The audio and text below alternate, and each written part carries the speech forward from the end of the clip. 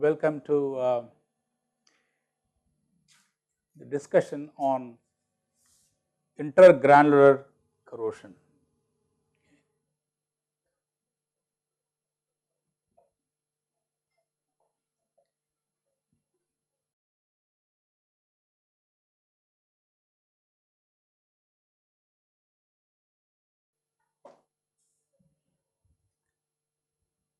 This is a very important topic.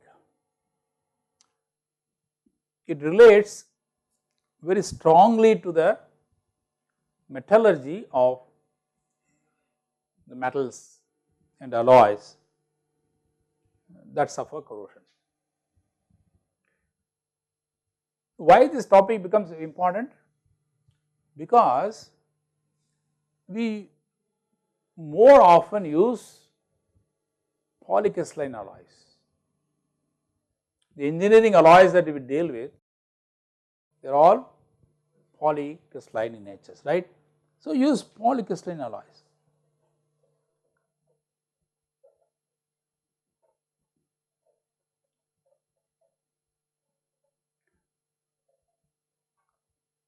Are used for many of these structural applications.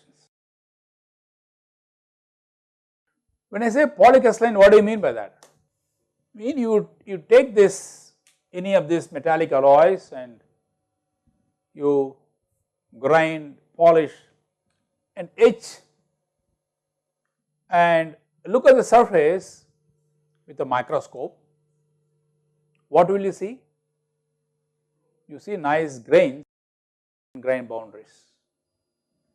So, schematically if I have to draw, and some of you you have not seen, they are non-metallurgists, what you will see is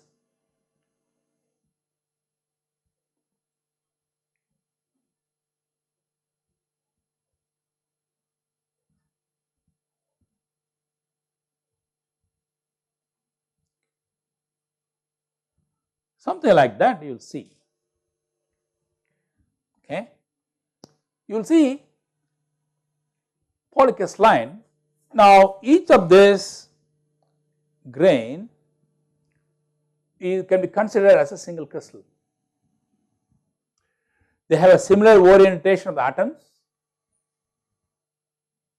and since these crystals have different orientations at the interface, what happens? You will have mismatch between the surrounding crystals. So, what happens now in that case? You will have a sort of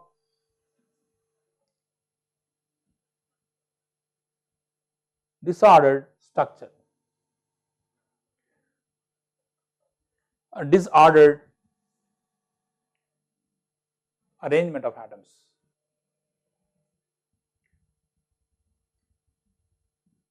Which means the energy of the grain boundary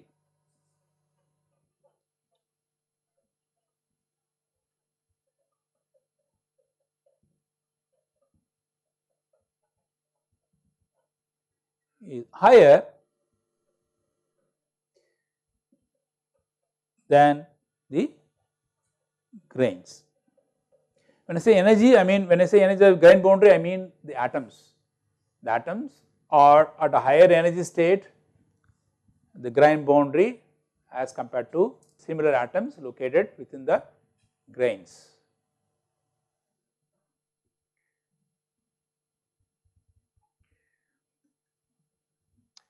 Now, having a polycrystalline structure is good for many cases. I mean, the metallurgists like it, the mechanical engineers like them, because when you have polycrystalline material, you have higher hardness and higher strength, you have higher toughness.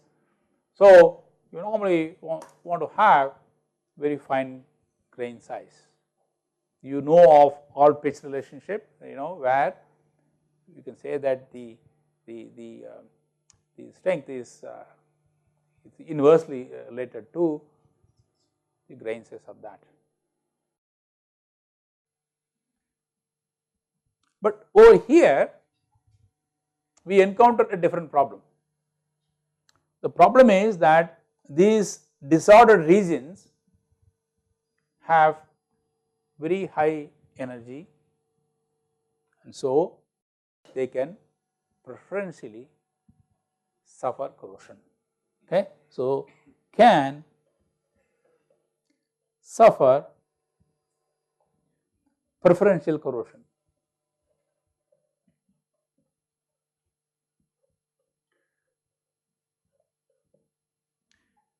It's very interesting. The corrosion of the grain boundary is favored not only because of energy consideration, but also because of the kinetic considerations. If you want to remove an atom from the lattice, where the atoms are all coordinated, well coordinated, it is difficult to remove because they are all bonded by so many other neighboring atoms. But in the grain boundary, what happens? The atoms, some of them are dangling bonds, they are not really well connected. So, kinetically it is also easy to remove these atoms. That is why removing atom from a grain boundary or removing an atom from the dislocated areas, for example, you can etch, right. When you have dislocations, you etch it, you get etch bits, because when the atoms are loosely held, it is easy to remove. So, the grain boundaries are more favorable sites for corrosion. The grain boundaries, because of high energy, it also leads to segregation of elements.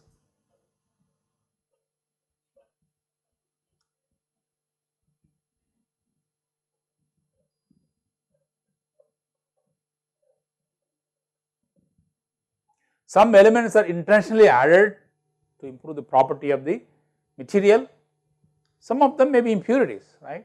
So, they segregate very heavily. In fact, they are in fact thermodynamic considerations, they just segregate. You know very well, right, tin is surface sensitive, right. So, they go to the surfaces actually, and sometimes segregation can be as is 10 power 5 times, 6 times, 4 times as compared to the bulk. When the elements are segregated, and these elements are going to be either anodic or they are cathodic, in both the cases they can induce corrosion of the grain boundary area. If it is anodic, they dissolve. If it is a cathodic, what they do? It induces the dissolution of the grain boundary areas. So, the grain boundaries are not as corrosion resistant as the grains in a polycrystalline material. Having said that, I also need to caution you that the grain boundaries need not be very highly corrosive if it is a very pure element.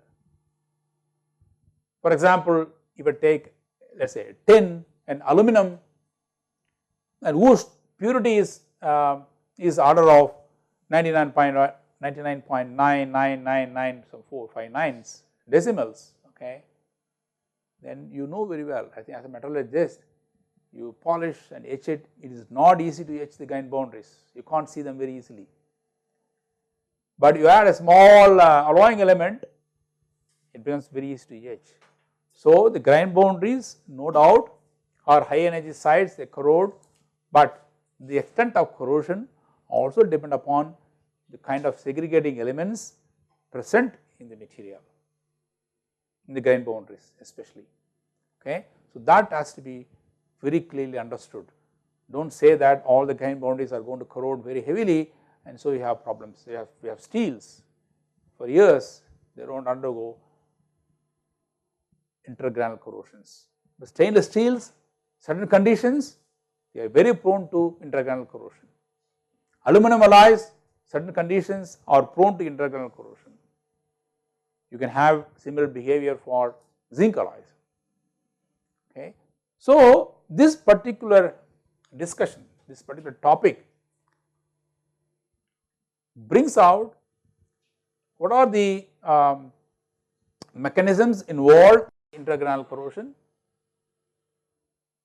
and of course, how do you avoid intergranular corrosion, and we give more emphasis to the stainless steels, because stainless steels are very widely used in the chemical process industries, because you know the stainless steels are primarily developed for corrosion resistance applications, but you weld them under certain conditions, they suffer corrosion. We call the term sensitization. Similarly, aluminum alloys undergo corrosion at the grind boundaries because of some heat treatments. We call that as exfoliation corrosion. It is one type of intergranular corrosion. So, we will discuss this in details. Now, to just give an example how the weldments can cause selective corrosion. Look at this diagram. It is a macro photograph of a stainless steel welded and then exposed to the corrosive medium like sodium chloride solution in this case,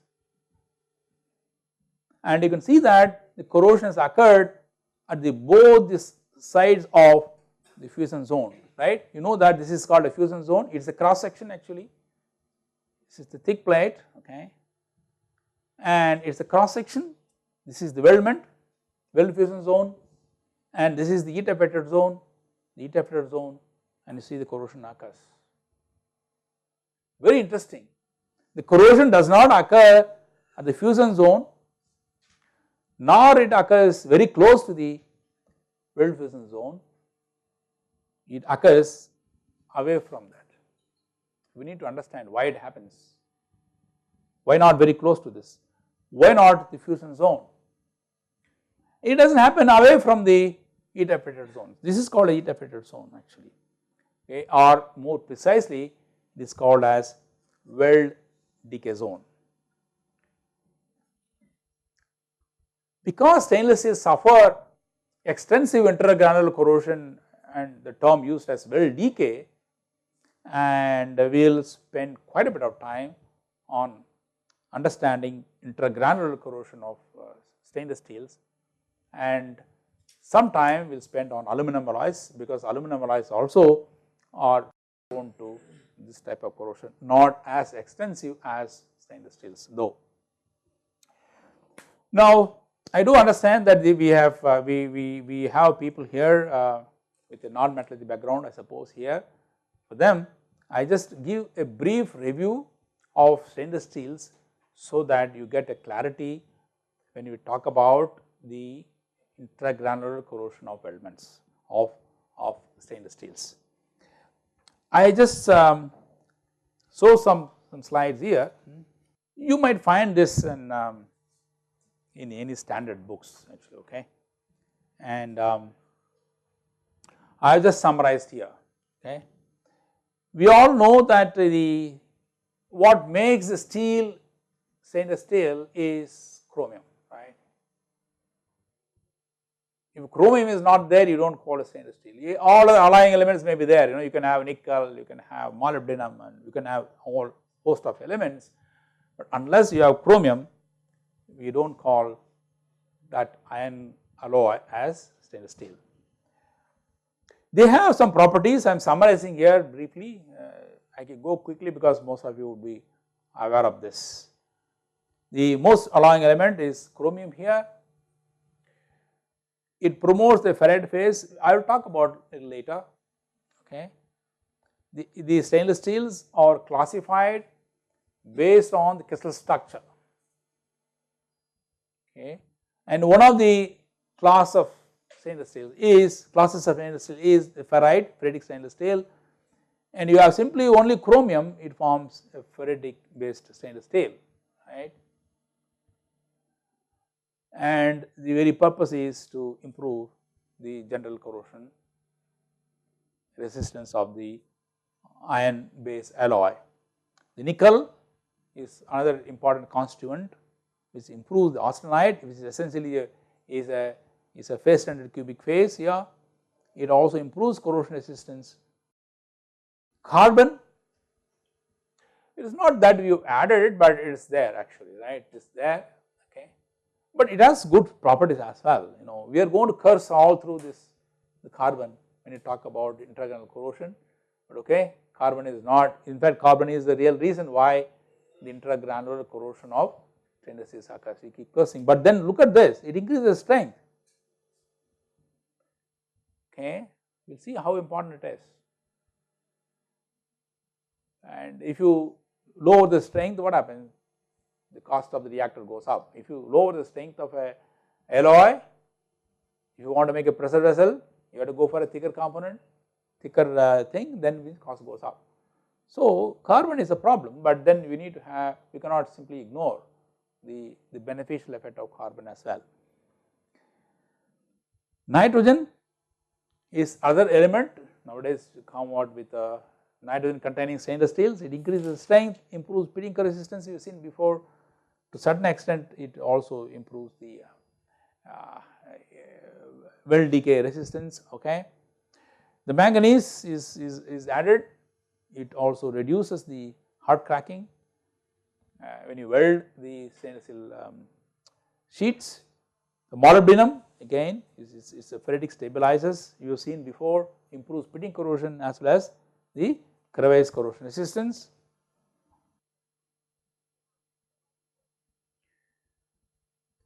Niobium is added, again we will see later why we add niobium. It is a ferritic stabilizers, it forms stable carbonitrides. Resist sensitization, again we will see this later. Silicon, it improves wetting, flow, oxidation resistance, all the stuffs. Titanium again has a similar effect as that of the niobium here. Aluminum improves the high temperature oxidation resistance, and copper, in fact copper is good from the point of view of application in sulfuric acids, okay, and sulfur is not good at all, okay, but you are going to talk about a stainless steel where you need to do machining, then the sulfur helps actually. Phosphorus promotes hard cracking. So I have given you a brief quick review of the various types of alloying elements that are added to the stainless steels. Now if you look at the stainless steel, when add these elements, what do they do? These elements, effect of elements,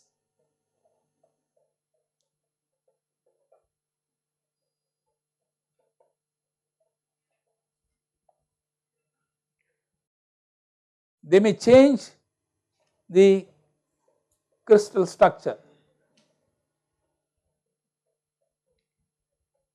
It is very important for us. It not only change the other properties like mechanical properties, it can also change the corrosion properties. It can lead to mechanical property changes, mechanical properties.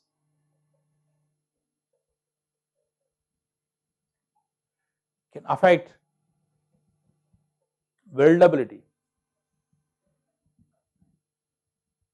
Of course, it affects the corrosion resistance.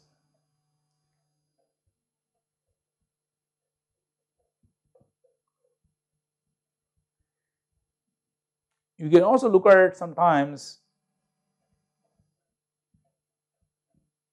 magnetic properties.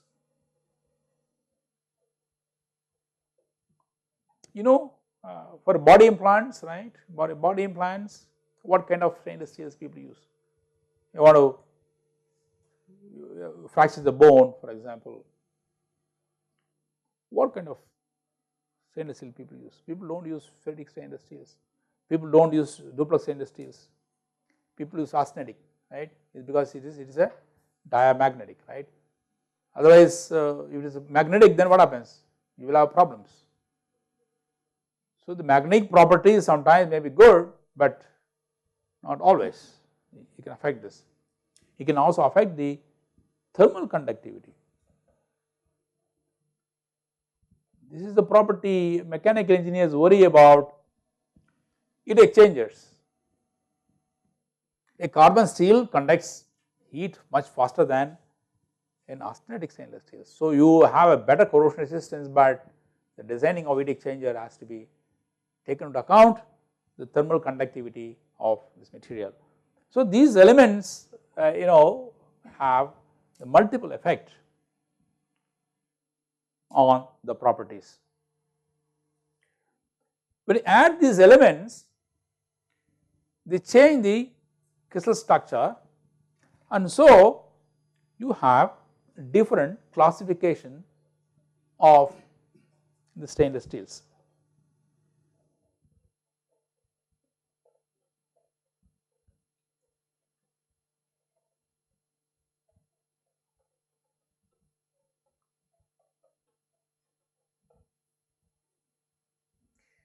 Now, just take iron and add chromium to it, you get a stainless steel which is called as a ferritic grade stainless steel. What is the crystal structure of this? This BCC, body centered cubic structures, BCC.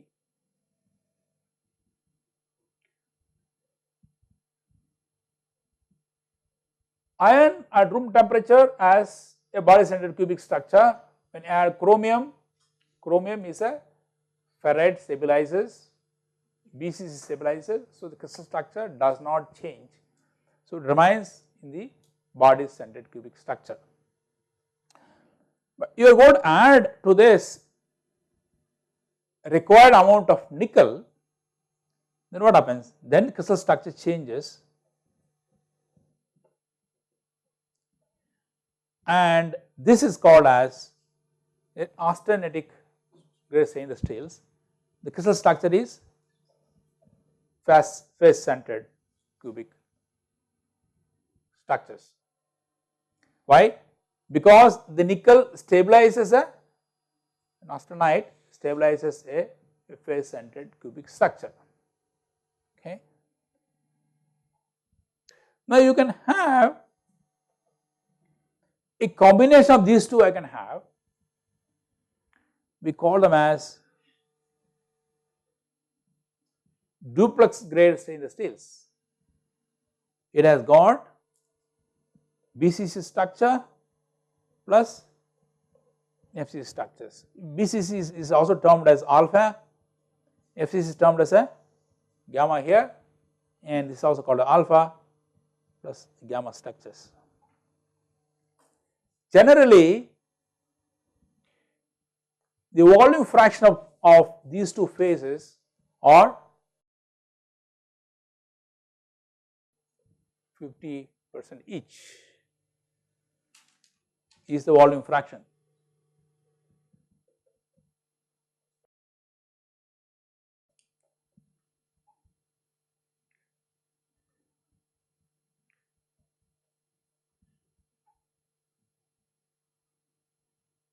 Now, if you look at the strength of an austenitic grade stainless steel and a ferritic grade stainless steels, and you compare with, let us say, high strength low alloy steels, for example, or you compare with a martensitic steel, for example. You know what is the normal strength of an austenitic grade stainless steels? Let us say 304 stainless steel, what is the strength levels? Anybody has any idea about it? The UTS can be about 600 megapascal, something like that, You can keep increasing more amount of nickel, more chromium. I do not think the strength of the stainless steel increases significantly, because they are all substitutional solid solutions. So, in order to increase the strength of this one, what gives strength in the steel? The carbon. So, you have developed other kind of stainless steels which is called as martensitic grade stainless steel, which gives you high strength, high hardness, good wear resistance. What is structure here? The bodies centered tetragonal, right, BCT structures, body centered tetragonal crystal structure is like any other martensitic steel. The difference is what? The difference is that it has got chromium. So, the main purpose of martensitic stainless steel is to have high strength, high mechanical properties, but also have good corrosion resistance, but not as good as ferritic, not as good as austenitic or duplex, but certainly it is better than a martensitic steel. Okay, so it has got reasonable corrosion resistance and good mechanical properties. And so, you are not going to apply a martensitic stainless steel where you are going to apply a austenitic stainless steel for chemical process industries, because corrosion resistance is not that great, but you need to also have good mechanical properties. So, it is a good compromise between an austenitic stainless steel and martensitic steel actually. You also have other class of stainless steel called as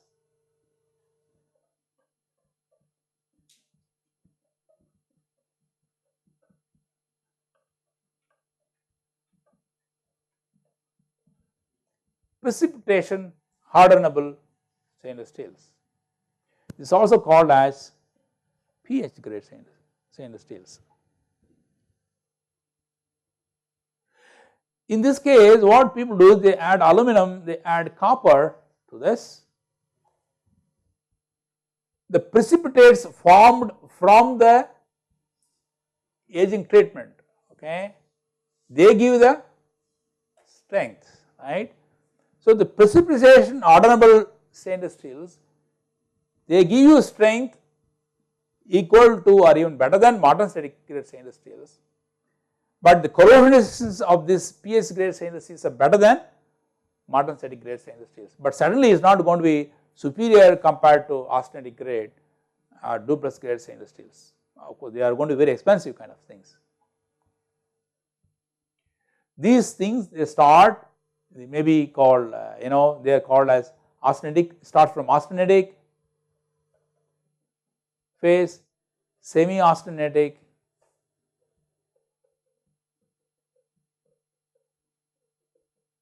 and martensitic grades.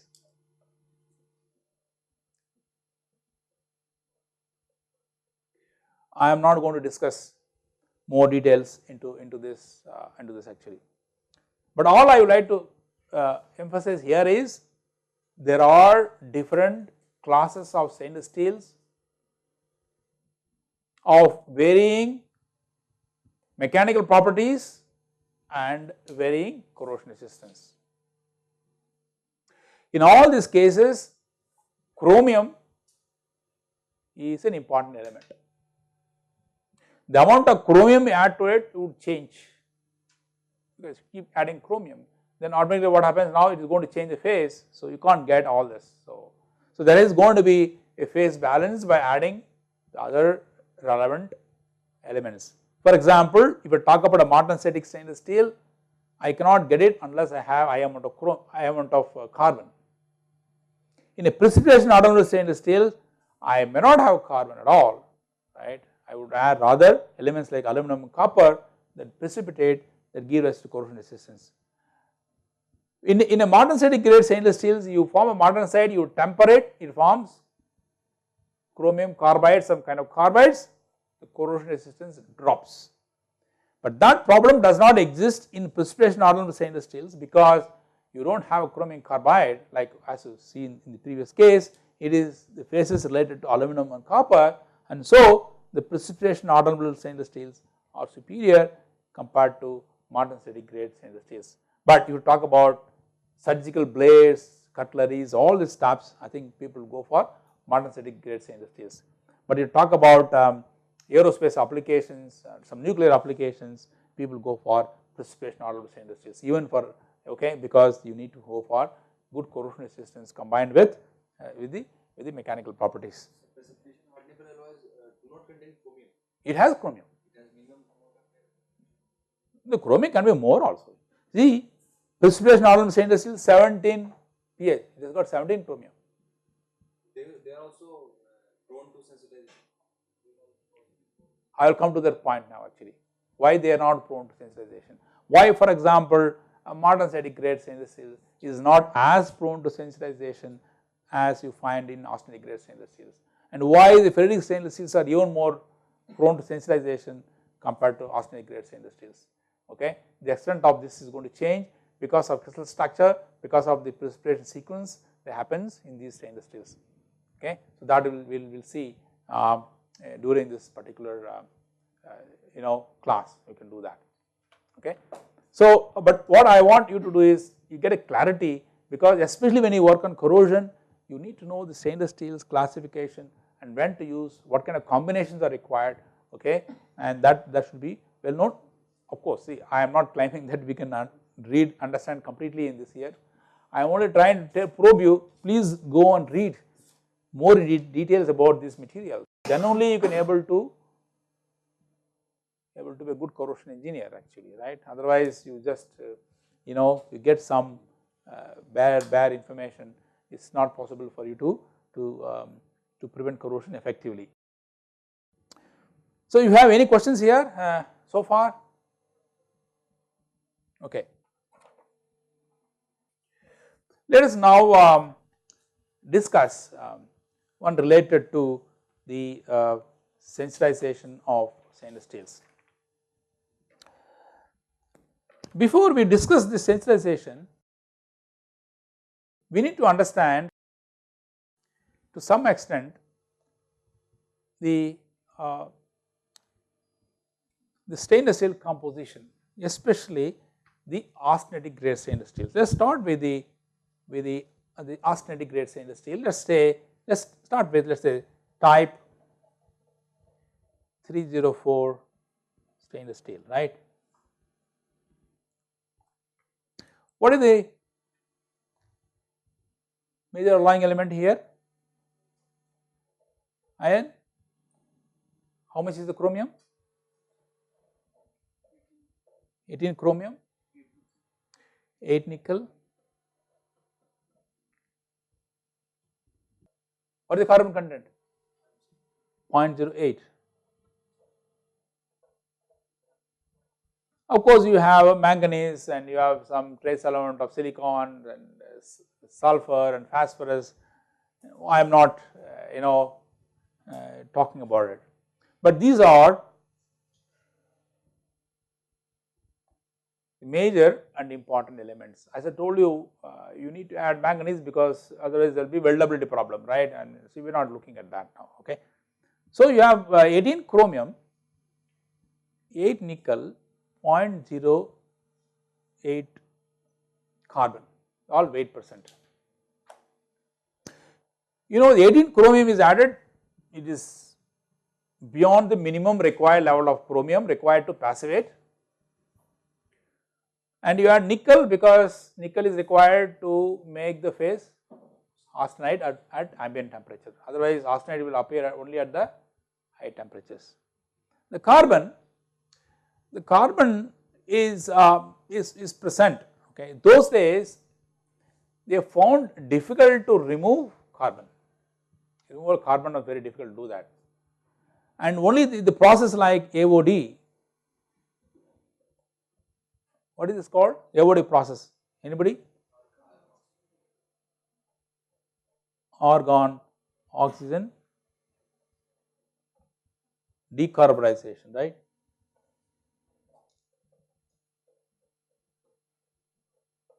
When the AOD process was introduced, then they were able to successfully, comfortably remove carbon to a large extent. Otherwise, the removal of carbon was a problem.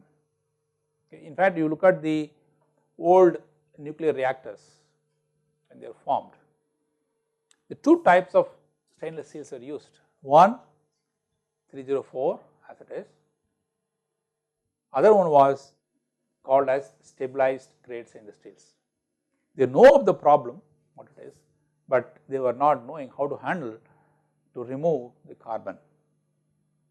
But these nuclear reactors suffered the weld decay and it has been real problems.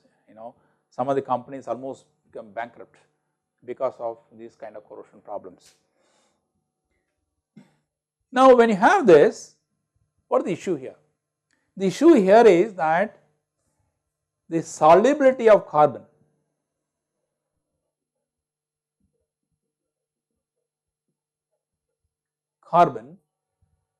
in iron, 18 chromium, 8 nickel at room temperature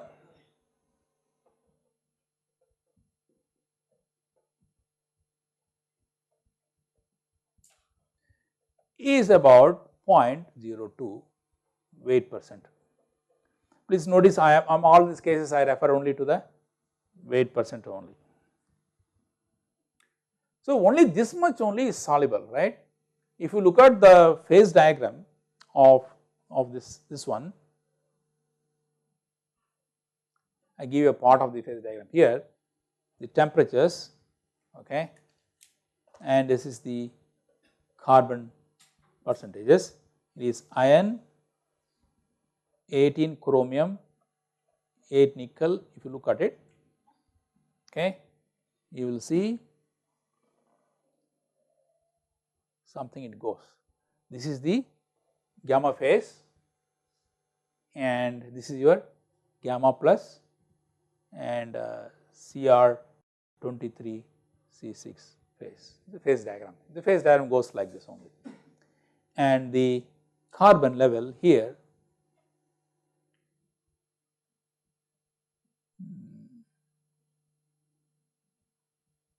approximately 0.2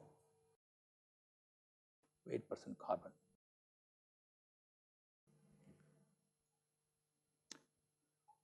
So when we use stainless steel, let us say type 304 S stainless steel, they use a term called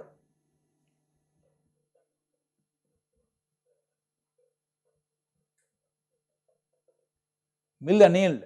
The mill annealed type 304 stainless steel is being used, have been used also, okay.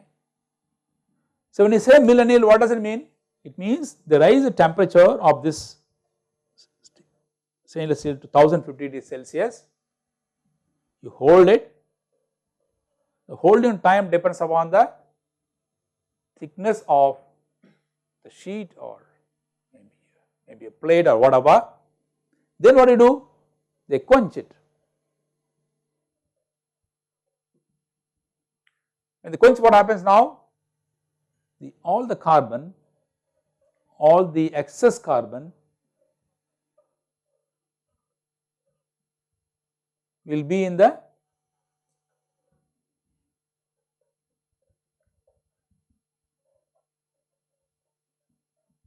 supersaturated state.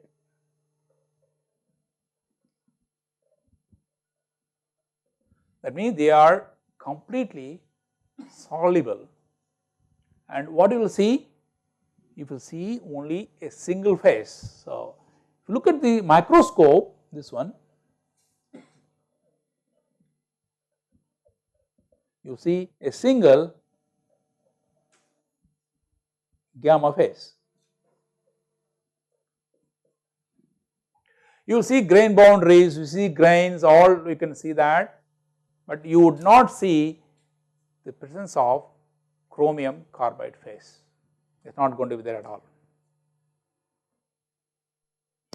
I am not saying that there are no other phases, in other sense. For example, you may have manganese sulfide inclusions sometimes. Sometimes you may have some oxide inclusions can be there.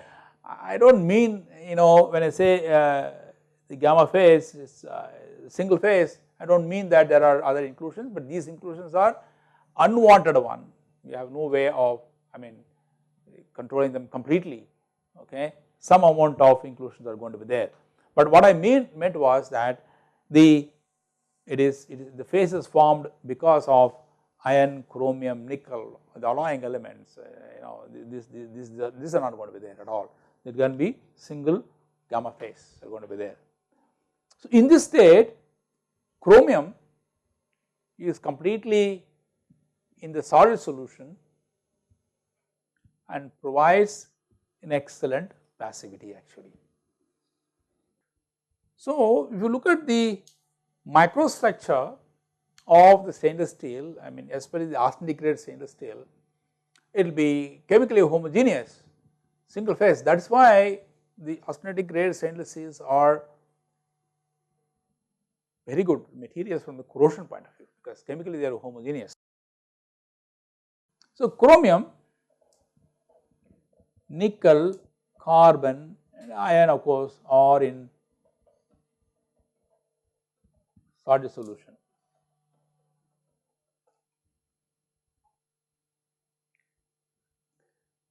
So provide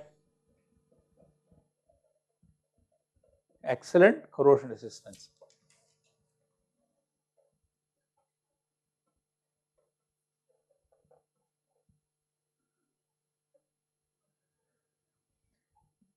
Suppose now you happen to keep this stainless steel in the range of, let us say, you heat it,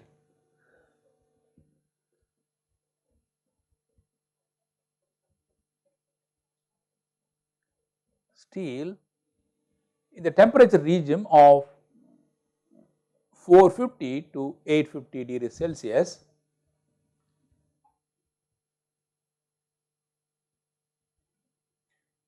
you say that they suffer intergranular corrosion.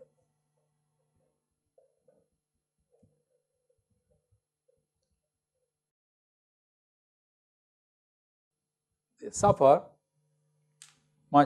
very much intergranular corrosion. Please see that the temperature has a range here 450 to 850.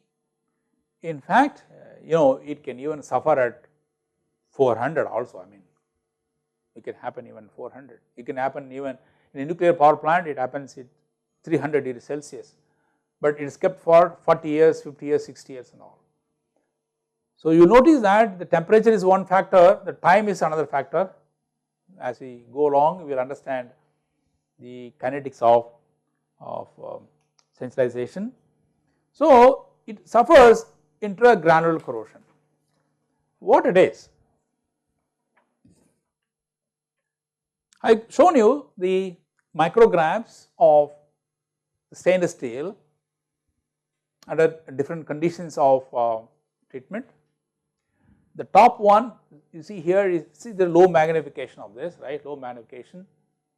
This essentially is mill anneal kind of situation where it is heated to 1050 degrees Celsius and then quenched in water, and then they carry out a test we call ASTM A262A test, we will see later, to reveal the grains here. And you see that, I hope you will able to see the difference here. For example, you can see these are all grains. Now you can able to see this slightly, okay. You see these grains, it's another grain, and in fact you can see that that this grain is slightly lowered compared to this, right, slightly elevated, lowered, probably this little lowered, elevated. So this we call them a step structure. Please look at this grain, what you see here is corroded more as compared to this, the rate of dissolution is more here. But however, look at the interface is quite clean, neat, okay, and very thin kind of grain boundary is seen here in all these cases, right, you can see these very thin boundaries, okay. Compare that with the one which was held between 450 and 800, you do not have to worry about the temperature here, just show the difference, and then you carry out the test, you see this here now, you see a clear attack on the grain boundaries. The grain boundaries are thickly corroded actually. I hope you are able to see this attack here, and this is called as intergranular corrosion. The corrosion occurred selectively along the grain boundaries or preferentially along the grain boundaries, leading to this corrosion here. If the time is shorter, you see that you see the grain boundary attack, but the grain boundary attack is not complete. Now you can see this, they are partly attacked here. Please notice this is not the same temperatures, the temperature times are different, and so you see that there are attack, but then not completely attacked here. This is called as a dual structure, we will see later, called as the disc structures, we call them step structures. So in the mill anneal stainless steels would have features, microstructure resembling this. The one which is sensitized by heat treatment process will be something like this, okay, and this is called as the sensitization. The alloy which is very good, having very high resistance to corrosion, now suffering intergranular corrosion. What is the consequence of that? The consequence of this is very simple, and you see this here, it is straightforward, not simple, it is straightforward. You can see that when the grains are getting attacked, corroded like that, if corrosion occurs along this more and more, what happens now? The grains will loosen and come out of the things here. When the grains loosen, then what will happen? The strength falls down. So the strength falls down, and if you have applied stress, the cracking occurs along the grain boundaries. We call them as intergranular stress corrosion cracking. We will talk about when you deal with stress corrosion cracking subject, okay. But so what I am trying to say is that these are all prone to corrosion and leading to grain falling and leading to intergranular cracking if you have stresses. If there are no stresses, simply grain falling. The stresses, the crack starts moving and then leading to separation of the component into two parts or many more parts actually. So that is what really happens. So it is not a good thing from the structural point of view, it is not a good thing for the structural point of view, okay. I think we can stop here and we can have the discussion in the next class about the mechanism of sensitization or mechanism of intergranular corrosion of stainless steels, okay. Any questions you have? Yeah. Why 12.8% chromium is required in stainless steel to attain passivity? Why they are adding now? Okay, this is a good question. Yeah, see, I will tell you what happened. The one we talk about 10% and 12%, how it came? The 12% came by examining the corrosion resistance of stainless steels in relation to atmospheric corrosion. They exposed to the atmosphere and determine the corrosion rate, right. For example, you would have seen this curve, right. You would have seen this curve, corrosion rate versus the chromium content, right, if something like that it goes, right. This diagram corresponds to atmospheric corrosion.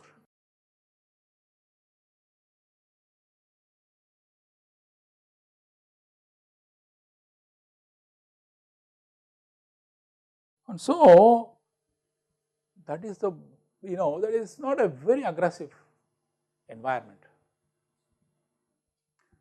So the definition of stainless steel came from that only. Of course, you have to start. See, you can't say that you call a stainless steel, you can't designate a stainless steel based on the environment, right. I can't say that, okay, this is a stainless steel, I call it when I use for atmosphere, and I cannot call it as stainless steel when I use for a chemical process industries. You cannot do that, right. So it's a kind of thumb rule only. There is no first principle involved in over here, okay.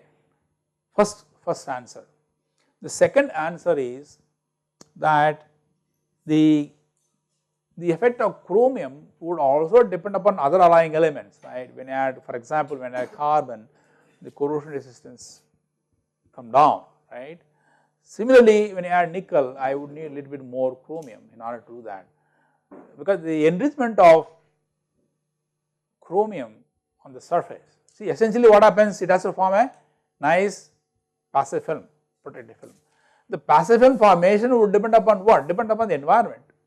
It also depends upon other alloying element. If you add other alloying element, then it is possible that the enrichment of chromium on the surface is not that much, and so it depends upon other alloying elements, it depends upon the other environment, and so so that is why you always add more. In fact, you look at the stainless steel classification now. Ferritic stainless steels, lean grade, normal grade, super ferritic, super austenitic, all this comes because of these particular reasons. The duplex stainless steels, we call it lean grade duplex stainless steels, okay, because the bare minimum required. Some like storage tanks, I do not need huge amount of nickel, not required.